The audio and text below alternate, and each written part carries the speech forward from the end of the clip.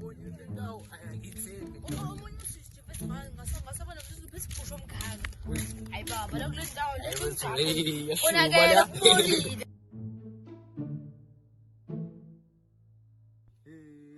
Thile ntwana lezi manje phela zizothini?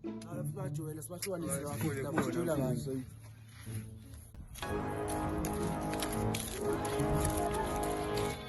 Niggas in trouble. Niggas in trouble.